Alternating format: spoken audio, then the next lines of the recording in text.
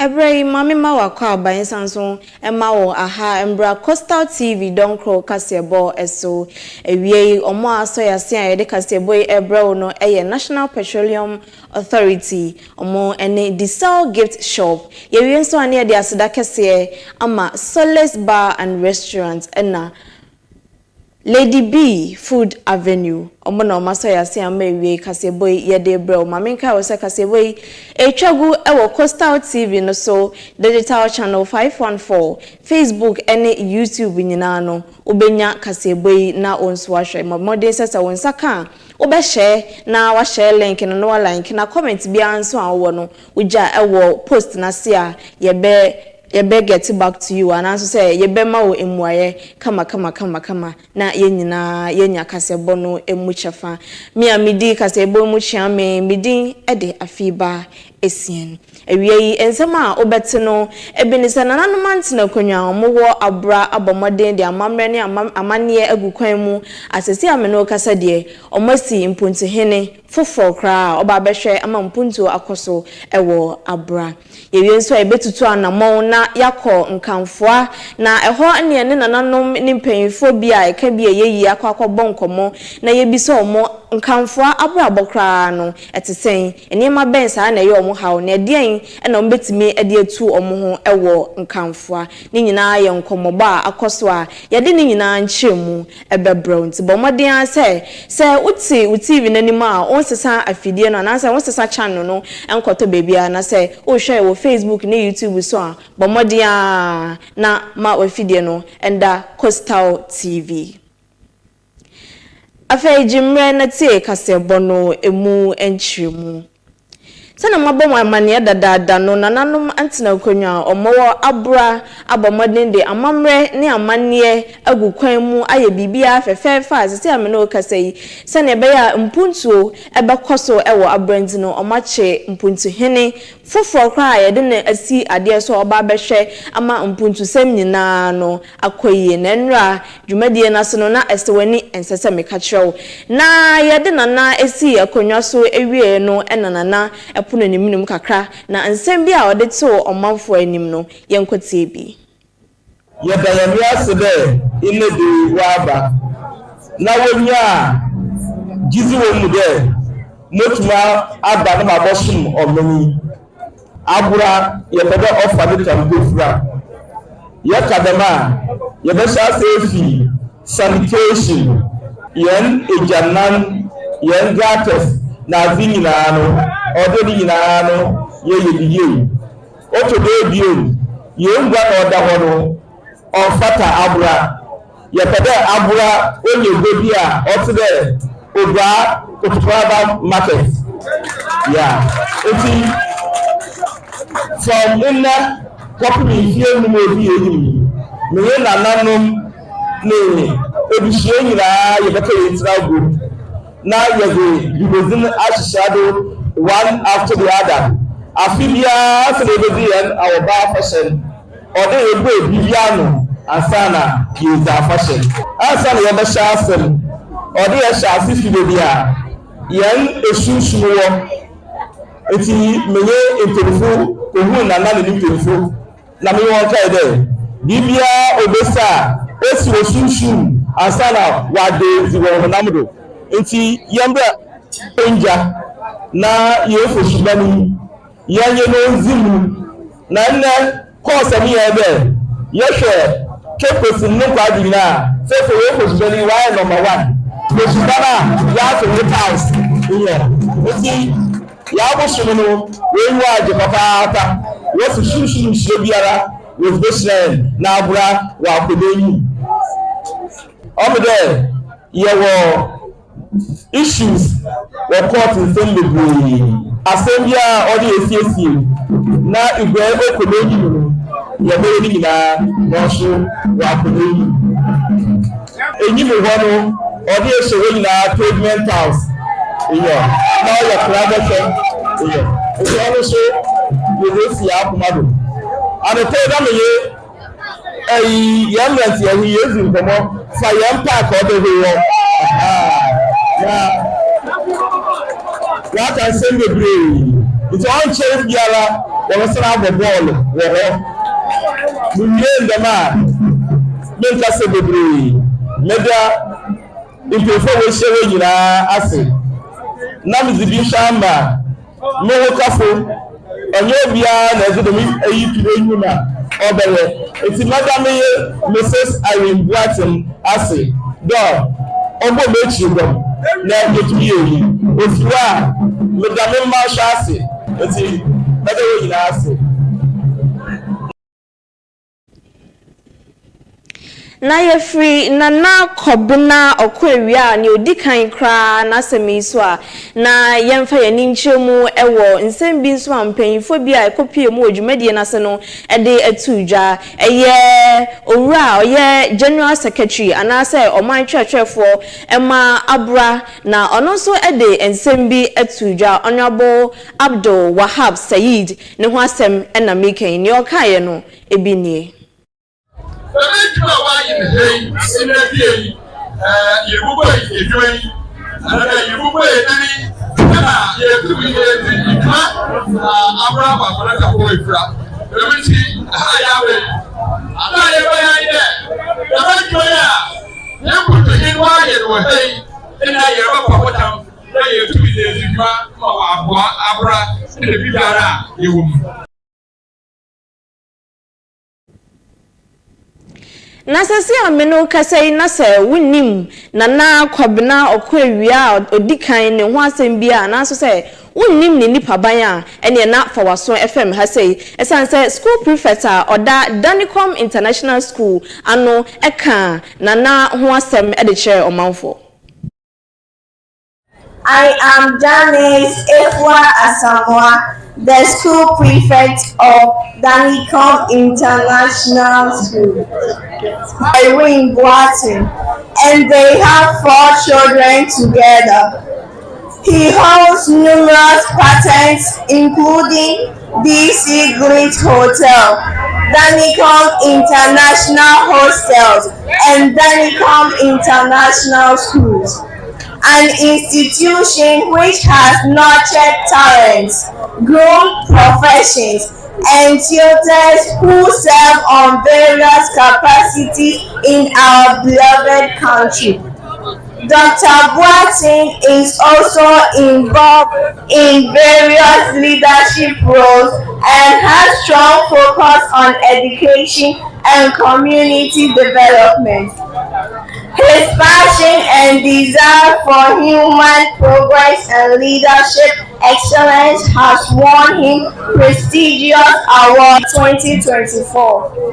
His tremendous and outstanding contribution to society have set a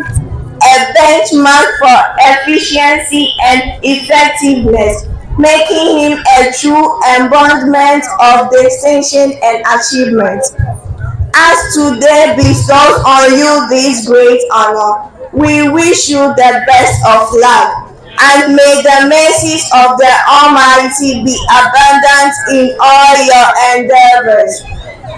Noble Dr. Daniel Kusi Boatem, Yemao Ayuko. Ye twa kasebono eso se wodi wani ebechemu ewo mfimfi mantem hase ya afasha hodo no a ene koso ewo hase na emu baako a eno so agidin pa no eye edina bakatoi na sese ameno kasa eno ada mpenfo nananum tina konwa ene omo akeka ho nyamanfo nyina no abomoden apa afasha no eho ntuma asese ya kopem se emre beso ama yedi afasha na se yedi ahyehye so no ahoboboa anase ahosesi egusuo ekoso a kyese aye de nanu a okopie mu ewo edina na ohu se amamre yentoto na sekra na kodwo kondua a otoso nsia oye edina mahe na ode ensem bi a ehia eto ne manfo enim ebia na meka de yeriza fa festival is business aya meka up to now e been one task I da make chairman aka chairman the festival no or a business under channel ne sikasɛm a ɔwɔ mu anya asampapa nanso yɛbɛsi da ne yɛzi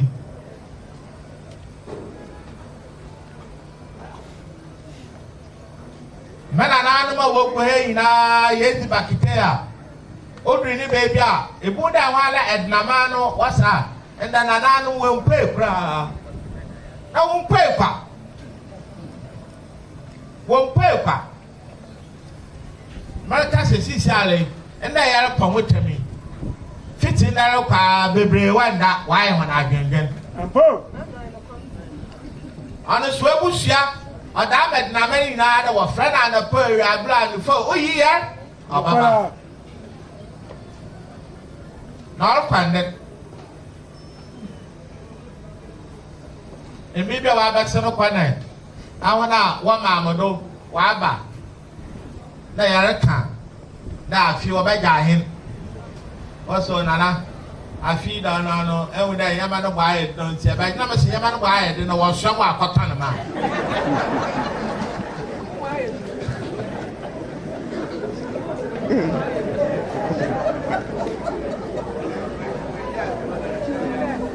eti asɛm a mɛreka wɔ ha yi ɔyɛ me dɛ maahemfo ugugu maadekora nyaa wɔ ha wɔn kɔ fulite sɛ wɔafia no wɔkɔ a wɔmbɔ mmɔden dɛ wɔbɔbɔ dɔwuru wɔne ɛmaa no wɔahyia ɔyɛ den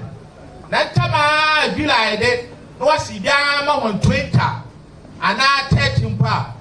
wɔbɛyɛ da ayɛ den wɔda ama wɔn ma wɔtum wɔda aboa ma wɔda asoa wɔn ama wɔtum wɔafi mmeammea no ho nyinaa wɔ abaka ho ma yɛ apesaw ɛdenamani na ɛkɔnkyerɛyi mu a sɔfo no wɔ ha ɔsi kuro wɔ ada wɔda ayɛ yi nnwom na nkenya na wɔde ma ekuro no do eti sɛ nananom yi da afe na sɛ wɔsoa hɛn a ɔyɛ dɛ wɔasoa hɛn ko na ekuro no so ɔlɔwɔ so na ade kora mepɛ dɛ mema nkɔfo taase ne dɛ da wakoma wadwin wo biribiara gye di dɛ ɔbɛyɛ dɛmaa so na ɔbɛyɛ dɛ ɔbɛbɛm fɛs na yɛyɛ amazaa ma yi twe baka pɛ wɔsaa yɛtwe baka yɛgba sɛ ɔyɛ yɛnam yi di yɛbɛyɛ nam a ɛna we have a spirit on it ɛnda nsɔre binom wakasa dɛ tiɛ masadu ntaku a wosi mpo ebi kisi teku a wasa ayɛ abosomde enyamawa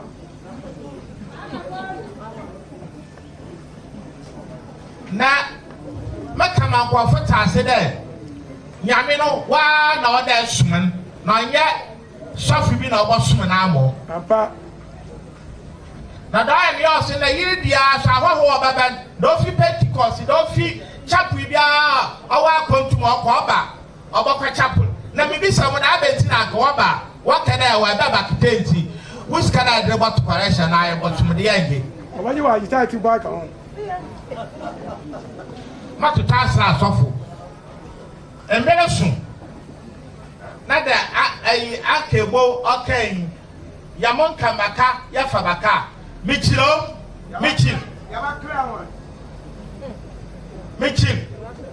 waya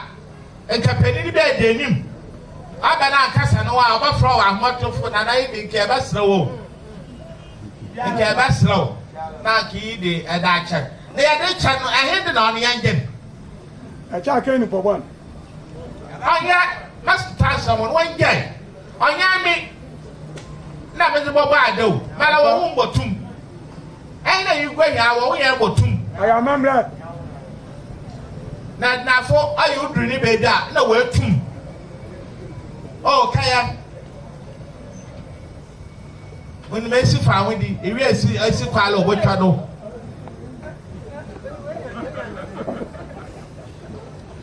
aba kom na esi fa wodi de chapel na where the mad na na ni nua ebe ana potutu na otna na asɔre firi na wafom yam yɛyɛ ndan what task them pon chaw mama wɔyɛ na echi wɔ ma kɛdɛ na ma so mpa afuma mokra na wa ayedem onya me na me nkagatu ednaman na won kagatu nti me kado mo bo ho do we the festival is business what to tasre me di duadu mo kwa aba no ho o da abani obo amaden na wo bobo amaden ye won probi o ha we da afia wo be yiska ana wo mutu nkwafo ne komti no wa ba ka ho wa hu akawa owo na wa abo amaden na wo busoye mu because festival leader abana la so onyamu fa so papa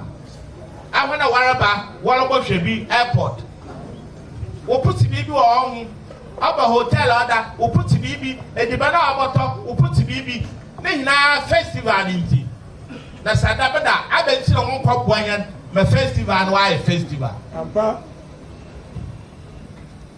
dada me kan inda yara pa mutemi mana na fiti na ko wanda ahona obo sua hwan oya network so what shada no wo kwa yew I'm kwabo bu na mo sha kwabo na bala ebo hwa na wuhia wa akeke esenim ahili bia ye the festival that 2 days no one say no it will be spent more than 6,000 ampo yes abul ana welcome abul na wa washa mana na mo tentre na pension yes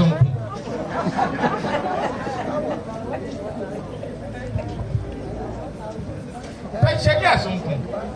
meka ya bia mi po ajada me ma na esibo no anta what's abul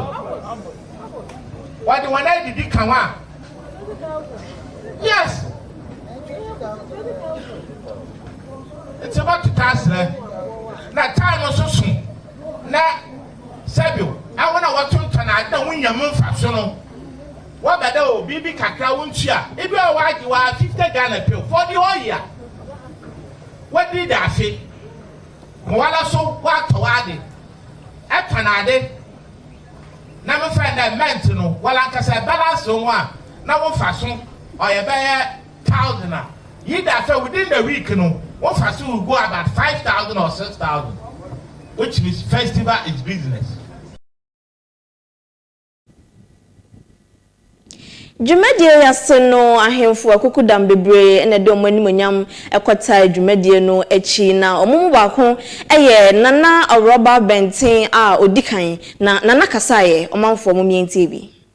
My name is Nana Oraba Obenting the first. I am the Amateur of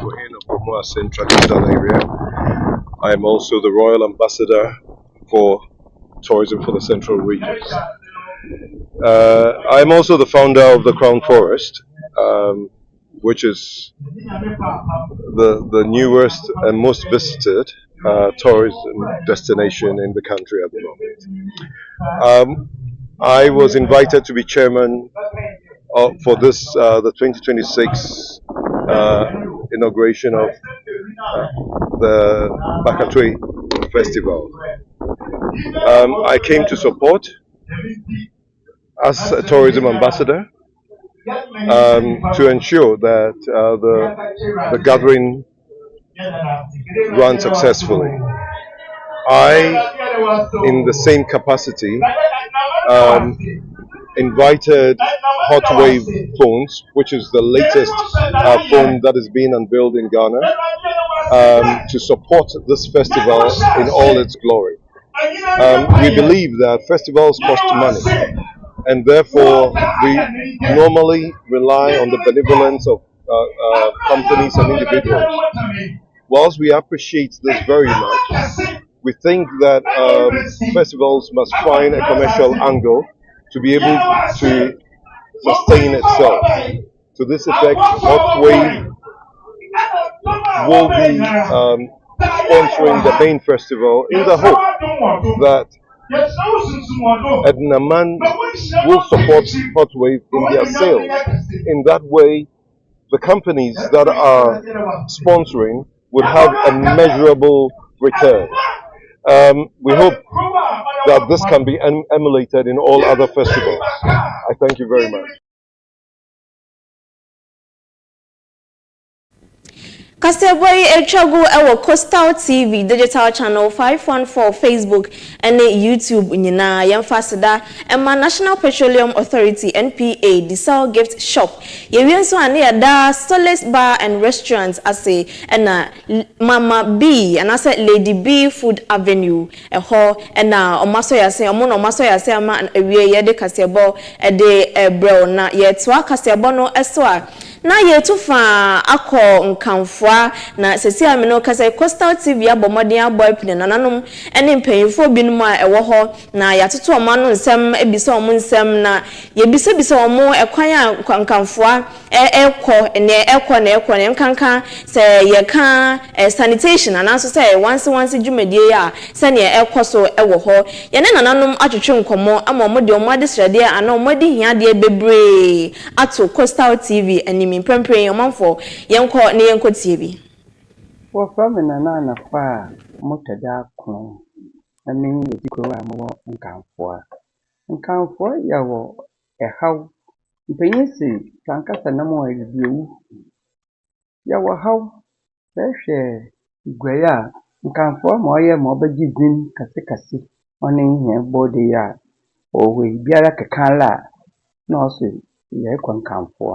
nkanfo abeye ikobia even akishira igwe kwemi ya tiehwe uwe ya odubugu ya ne mpanyimfo na wonyi mi di uwe ala ne wodi bugu ofa akondido de wobeye fertilizer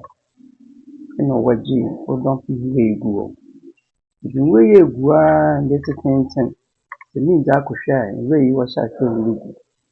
babu 25 years na iwe yi ogua de igwame ya jara nuwura na so se ye hwema nche ikobi tire nkamfoa nche ye hwegwe ha ye kakwe won tojo ye hyen pa nche nkamfoa na je ne wosiesie it is wosiesie ma obodo na matache wa kama na atu muntu nkasa na so ni siesie nkwati de mama hwehwe da mi di kankan na nkasa na so mo yibi yinti no randema ende mele kasama igwaiman mon kwadi nala biala wati gana men nala biala ati the Sunday of the hope papa there wasn't really mukuma no one share no one sees you and that are you female agent in the year 6:30 to 7 mukuru and then muhunde excavator you see me late minute me opposite wo about the week to go to enjoy a fear nche ma di no yen de wole bebe mpu o nana ye pede ye bana go to sem ye bana ba start atima ajan ena wodi machine baby siwo de wole ye nche wombo mu mpo na maso mbobo na chidam abandon where kaka na wokọ so we view so won ye the way do energy mususu de won wie na mbe duma wole ye adwuma no ye hia covet wo ho bio covet ze nyono na ogbogbo mu kro no minya beg di o ma soft to bebre ye wakakaba ho na ye wakase ho na minya beg wo hye covet a mu kro no o bo se wa kan won do san na ho papa o da me ho kaka no wonje nyimala wole ba ya wonje nyima won siesie ni ye nsu no nkoni nyala o fi ho kaka na nsu no nkoni nyala o fi ho no nti se ho ni dema nsu obokoma wakọ na wakoto igwai wako bakano yesu no fi ha yen yesu osope o du bakano de no go te kaka na wuti na wafa na kaka baagi no oyinsa ofema odu bakano nti bakadu nsu no wo nka fon wo chafa wo mampanyin kufuo ne ehonu no ha papa nti kufuo na de du ne obaye gota kasina de baba twin bridge baby mo wi bridge no ho no oy covet but covet no mbo yen na nche no so nka na mpo no ya bridge na ma bububu no be no covet we ni bi still mo ha ebie na wa ye ni na mo ha nsuto na okoshimara onko bio na so ya bridge ancho onezi otu fomara na ncho roko nti sinsu shasi do roto na si nkankara wanpen mkan na so kota na dwa na mise guma pempem so sande my pen ya obafamuko yin za wa ya ma hawo na dadwen sisi ya na ehun de nsi na yua ashasi do rubofo makonya letu ntande de mu hu da machine so do yi ni but ncho wonka nchen ya na ya so embo ni tidom ma edwuma no nkwado ti dem ma akate but only ne nya ya hawa ati de ni na yi dwuma bobo nka pokoi ma mo nsu de mara wari yezi wo hu ado nti wari ya zana no wonye ni ma nka kwa ofani temperature asami ma na yi me de sanfo wo ko na ha sabi ni na ye bom ya yaze mo ya fyew akon konja ko mere mi je na bakasa ni kam hwehweme denti na masamanya mi hwehwe na chi kwana sana na ihe nyina ye bom ma ye nkanfo ma nkanfo obeye dachi obeye krabọhwe pepinsu na wa banama no mu hwehwe ma na chede onye mankum koyi ne ehwo ti de ni owo ti mu hinde one je jara anede oye igwe koyi ala yan ehwo ma futi oro kwenye nkankala mbebun yerka mentia ni sisidia starting from 18 years ya one edubona woro miniya wofan ya baze ready ono ne muhundo orse mimbebun no isa ready ni ya wajiti ready no oye wajiti won numpo fan ye juma ona ida wadde de ne ko uya kom di wona ni de ko biazi inja mutkache mentani de njano edunu waye but wonjano wujano na che won tani bi wala musu sinde edunu o senti on ma waye minjinzi de wakana wonnom na wofan jina wala bibinti on ma mpanyinfo waye de na edunu na de abofo ye edunu nti de me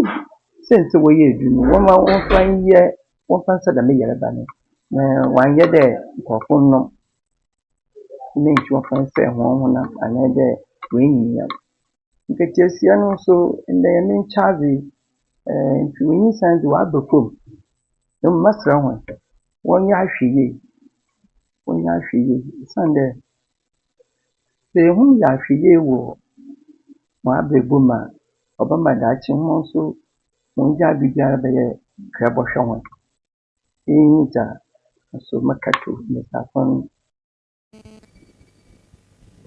na abra nana anafo a otoso enkono a yenkamfo hene okasa wie pe na yetweben assemblyman a won kamfo a owura benya na sese onwabo benya na yebisa no nsem ba ko mienu bi efa nkamfo ho ne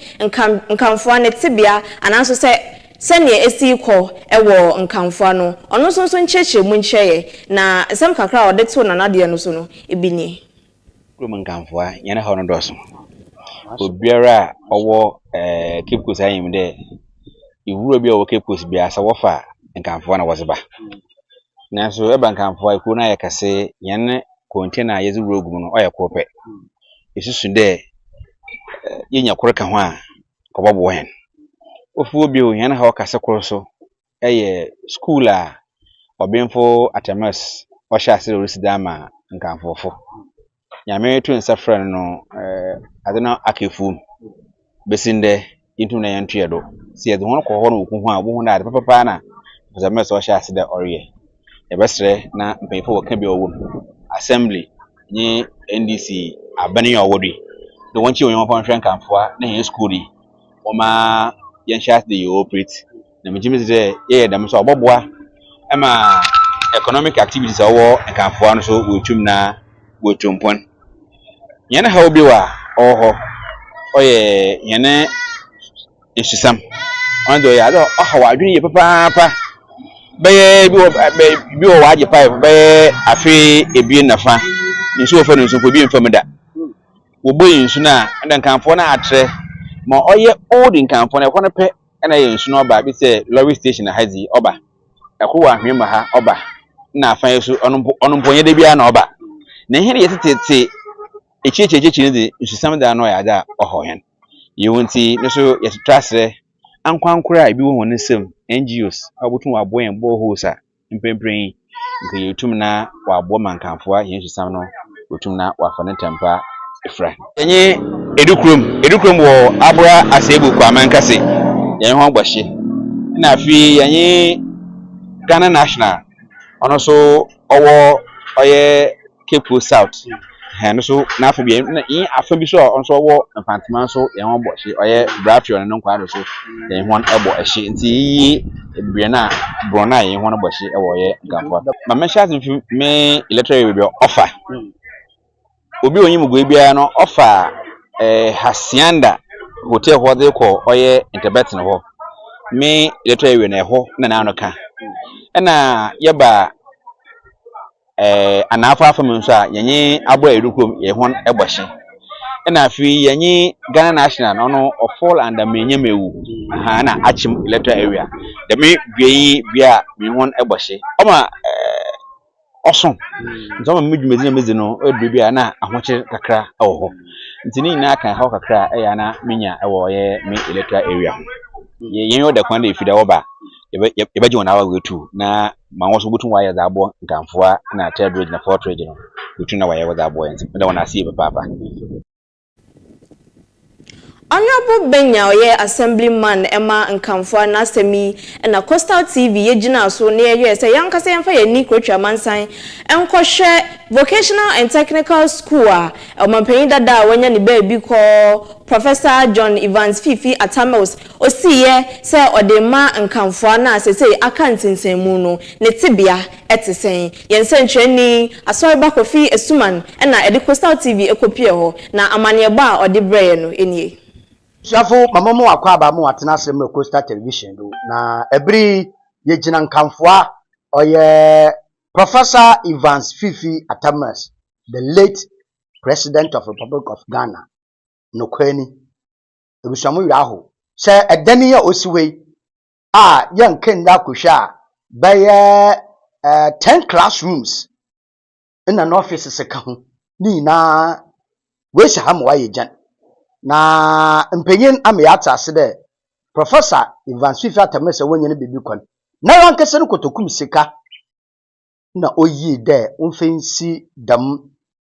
school blogging na unfa mbo ma adisha wowo Nkamfo na nkwari na wunya technical vocational training na ta ebaka na sanedwuma na so onanda fofi wanto ata na wegwara abami ono na nde yehundani iyi yelbi sede anna sabota fete za pepe beye omana se pepe beye oya ene nchirimba wude gehna ehen ebe na depot nso yeye datum na nanma won Nkamfoa mpeinfo wo kebe ye won Nkamfo woda asase woda mede won de medwin wodo no kwenu asase etu amon ebe na depot na ho so wo ya afada made ho mbrese begonye wo Cape Coast North ono bo kwam na mintanya ako dodo na for raga unya wo ka raga pe na wo so wundi dem obi aka ho ono bo ebe na depot na wo asori ye eda hye papa na emiem woda wade na eje ho asem bi sayin osande iyi togwe yiramba mbaye boke na yiramba mbaye Netherland yi anede obi anyo obi fi agbechi baba be da made no oda hye papa na emiem ti da ya ga no fi ya nti okun na otedam we binu bujiyenyi watu na imi fifi di sika oda be hye asasa otedam ma na se ya betram wa agenda anyale hinje jirije ebushan yan sampa na mutu tefre beyin ma mutu tefre beyin ma da mana nanum pe fa won kanfo a wa asase ne wetu hu amahon ma hon ba ya mfaso papa obabadza pepe ye ma won oya hwan kasa hon asam hu no do woye na wudi genchirima yes hu no do woye wudi genchirima nje busia ya to tefre beyin mu no na yese na ebise bi o na ya to ama mpeinfa wo oye ndi saman yoko Cape Coast North and South in on central region at large there eba the party no humsumri ye odahye Professor Evans Fifi Atamas emyam wada opredent obeye oda abo na ade shidoma wo gwa na no kwado humye bibi hunkeka wonu ye bibi na yi osi no se ya nchirima obaban obi se wasama wontumi ya no aba from kitikeku asorba Kofi Esum Coastal Television osi wole wonyima wala wonza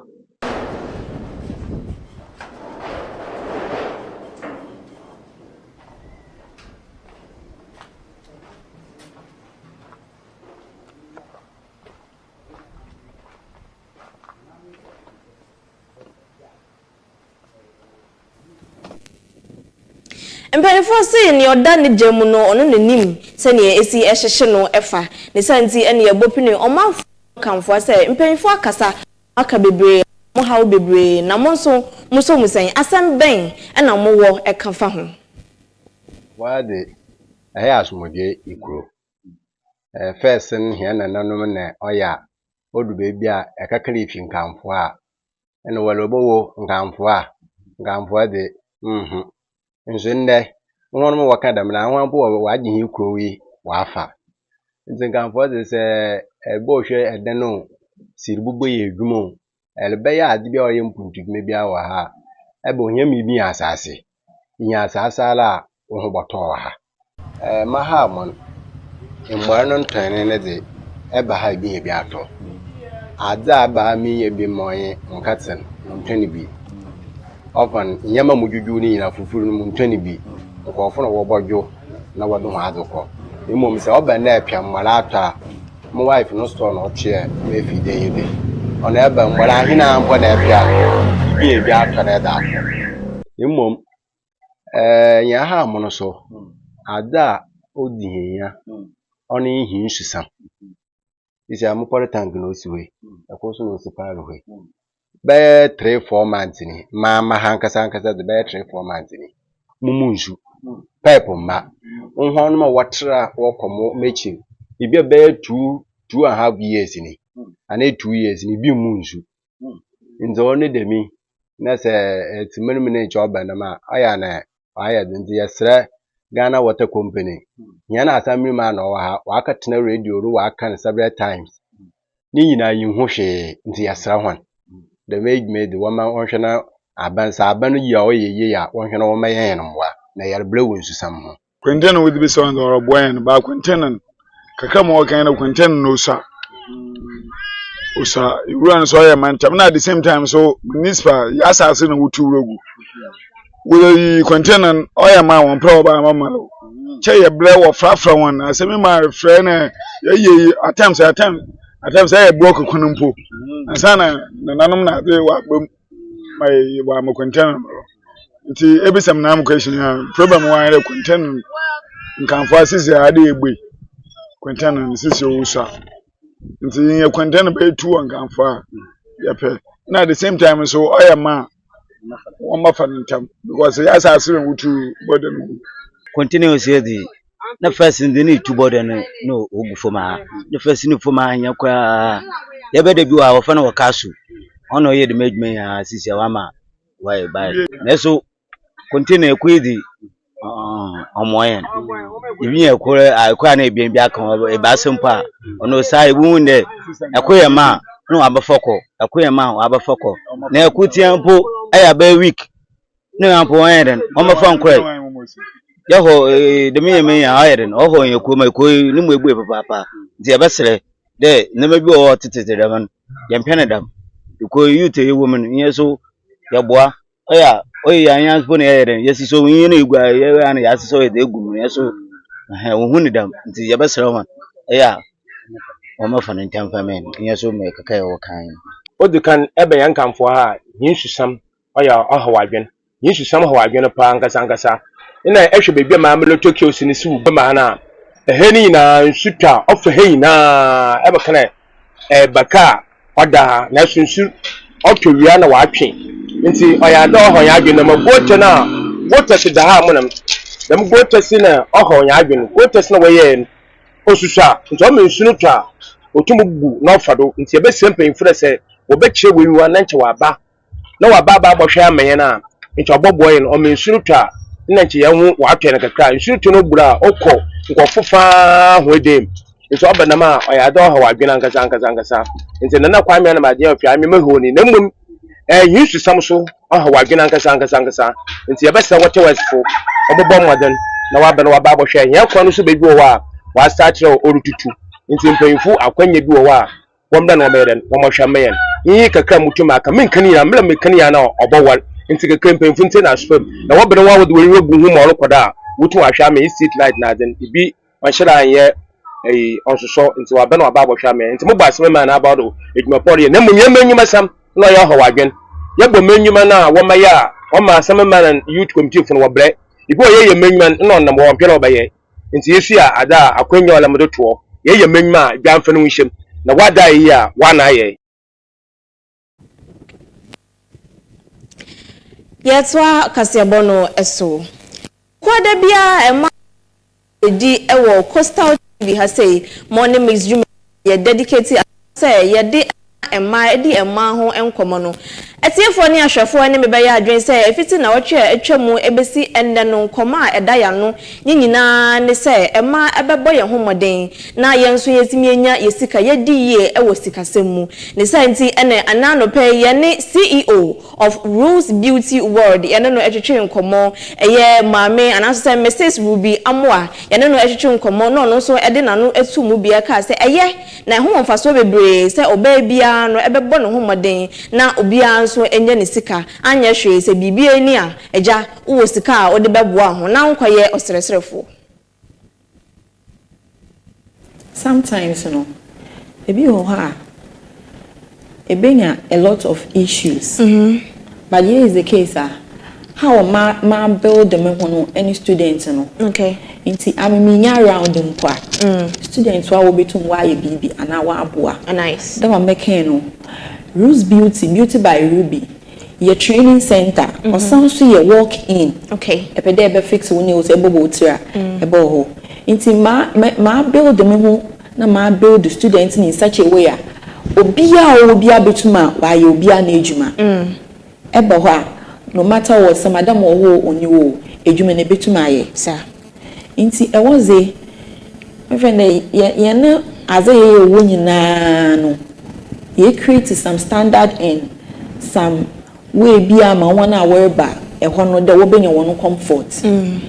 inti madam na enim de trending hair aba trending designs aba on say that no okay e the year kasa ahye some culture there me bia me very intelligent when it comes to a beautician work sir make create CC make sure that azono minim ye and onye ni nyina so no do them sometimes we dey echo for upgrade okay mo be ya was the trending works about what salona in one okay you wouldn't run away from it into obanda me so me follow trend no na me so me create in your mouth for na me upgrade and can mo be ya obi ba metum me so ma share there. I'm the CEO of Rules Beauty World. Sir, there is something called passion. Okay. And I want to try and do it. It's different. Onye the same. So as it be your passion, you run for it. You go for it. Anytime you try there, ebe get closer to that thing. Inti as it be your passion, okay. Me twana me nkada me hu bibi wo nti me sure na me ntu me nkana me nko okay there be onyende oye me passion one me blood na yakwa I see yes so ma dada na ampo na o frame there ejuma aba osna me sure na me ko I don't have any excuse to give wow because oye me passion okay see ejuma sia oye first no na I think the respect in Shadani. At this time around, don't know. Na me wo shop bi wo me nya call me hwe na university for no government workers for no immigration officers what me friend madam ocho mpede me besu adwuma music am adwuma na me bi sunday ya be adwuma no so bia me immigration officer e bia me nurse ni na me so how epede esu adwuma nzi yeda no so madam first no e bia e kede ekosu adwuma parents no they don't support you. Wow. Debako. Because every parents will Friday. Why should buy my way to them? No, say they all school no year. Abenejuma yeno. Nansa nejuma. See, the women pana ebia also na. Nkopede offer them kwande na wense no. Afi obey penny nose no one. Na still na adwene o. I would like to use this opportunity to encourage each and everyone to find something to do. Okay. Because inim ochina sam. Oni de bia na ebetuma akogina obi no dodo mo sika. It might be there and obetum zamu. Ochina onya mo. Nti me encourage you to know the one pair edwuma nsua. Fine. If the strength is there for you to enter into tertiary, you can go. If the strength is not there, pensan jumaye na force on in the 6 months wo 3 months wo 1 year wo even ekada per 2 weeks mpo bi no wa chi obibi incident no say that na fie na disrespect ni ebebre nti obi rehwama na obi ritima me encourage you that etnefia mawo do so na pa bibi na ye because na under other man na china onya mo we nya ma why baka dey serious maybe that person also mba o take care of na dey be arrange no nti say ba na that day no bia no kwa nyi nya but one farm mo onyi bi nti one farm mo obey something different nti I would like to encourage the youth to find something doing for themselves obo won that especially one of work SHS na JHS na one to do no what in fie no e be kwa mobile money no on you more affordable e be kwa kwot na obi supermarket a time is coming e be yin say need to me phone ko be for be fefer nti e be yeden but insane juma no wo ha another akọ school no na certificate area and you are going to do but the way is the case you are wasting your time in the house into one kaka one shirt no one pair one dachi one pair bibi ma one mo be ya ochine bi won ko ya access of meaning let me madam me was student to take care of me was student to take care of it's also about I have a husband nti osada me the baby osada me you slow osada me you very active in whatever I'm doing so that me to my time on time yes nti as it be when you and kind of way you have a skills to make and the baby and only keyword no and the baby sleep too much yes about affect when you baby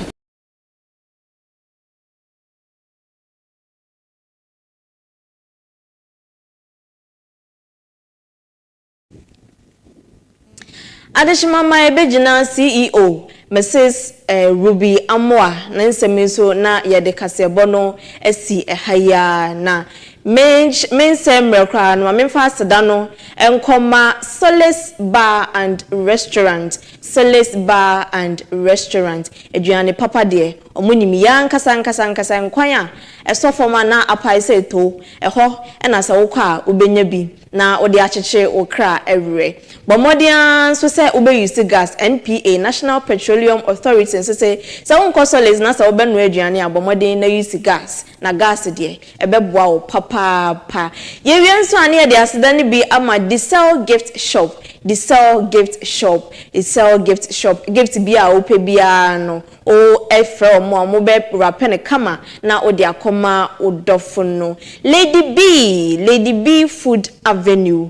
B Food Avenue Johnny bia nso a wope no se wo call Lady B a onsa ebeka bia mo ye delivery services enyina ultimate na ofie na watwe phone na wafre na ye dia brel fe oha obia ennim adeshimama abonfo yi na ye dia asida ebema omo na midin no ede AFIBA ESSIEN yade mo besi ha na Coastal TV say medi nkanka no digital channel no 514 Facebook and YouTube and wo hwehwe ya ubehu ye nti bo modi ama wa fidie no enda ha ya enko ba bia na wo nipa bebre ede ma